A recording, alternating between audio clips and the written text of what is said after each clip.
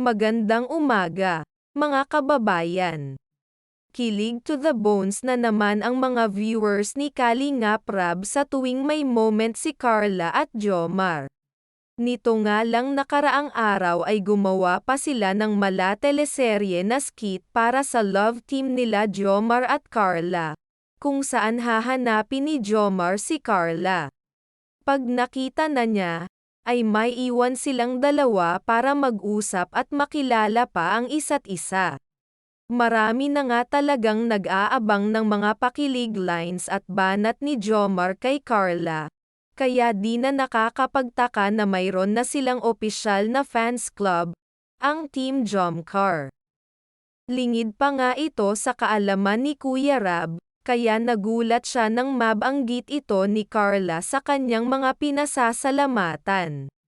Talaga namang habang tumatagal ay pakilig ng pakilig ang mga eksena nila at parami ng parami rin ang mga sumusuporta sa tambalang Jomcar.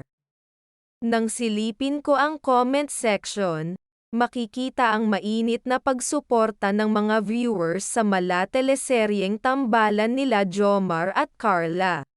Narito ang ilan lamang sa mga sinabi ng mga sumusubaybay sa tambalan nila at nag-aabang ng bagong yugto ng kilig na binibigay nila. Huwag kalimutan na mag-subscribe sa aking YouTube channel kung nagustuhan nyo ang video na ito.